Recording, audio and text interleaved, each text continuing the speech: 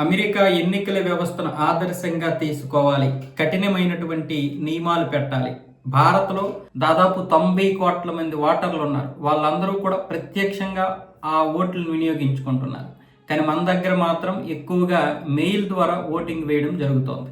అలాగే గుర్తింపు కార్డు లేకుండానే ఓట్లు వేస్తున్నారు. ఇది ప్రజాస్వామ్యానికి చాలా పెద్ద ప్రమాదకరం. కాబట్టి వెంటనే సేవ్ అమెరికా యాక్ట్ తక్షణమే ఆమోదించాలని చెప్పి ట్రంప్ తన సోషల్ మీడియా ట్రూత్ లో పెట్టాడు.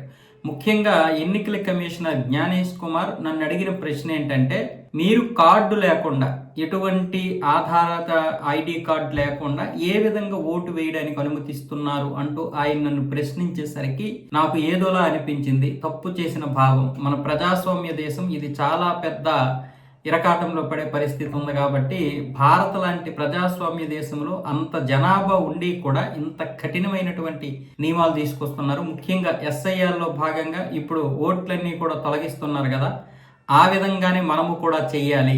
దాన్ని ఆదర్శంగా తీసుకోవాలి. కాబట్టి మన దగ్గర ఉన్నటువంటి ఈ వ్యవస్థ ఇలాగే కొనసాగితే అమెరికా ఏదో ఒక రోజు ప్రజాస్వామ్యాన్ని కోల్పోయే ప్రమాదం ఉందన్న విధంగా ట్రంప్ అయితే మాట్లాడాడు. అయితే అమెరికాలో మన దేశంలో ఉన్నంత ప్రమాదం ఉండదు.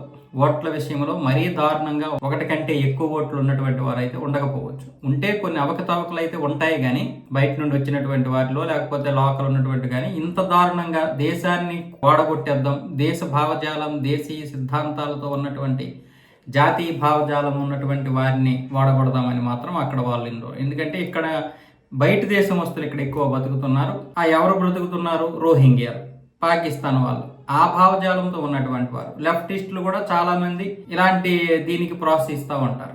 సో ఈ నేపథ్యంలో అమెరికాకి, అంటే భారత్లో ఉన్నంత ప్రమాదకరం అమెరికాలో ఉండకపోవచ్చు. అయితే మన ఏదైతే ఎన్నికల కమిషన్ ఉందో నిజంగా అది గొప్ప, చెప్పుకోదగ్గది, చాలా గొప్ప పారదర్శకతవంతమైనటువంటిదే. కాకపోతే ఇప్పుడు ఈవీఎంల విషయంలోనే చాలా మంది ఏడుస్తున్నారు కదా. ఈవీఎంలు తీసుకొచ్చిన వాళ్ళే ఏడుస్తున్నారు. ఎవరైతే ఈ వ్యవస్థను తీసుకొచ్చారో వాళ్ళే ఏడుస్తున్నారు. అంటే మన వ్యవస్థల్ని మనమే తక్కువ చేసుకునేటటువంటి పరిస్థితి ఎక్కడ ఉంటుంది అంటే మన దేశంలోనే ఉంటుంది.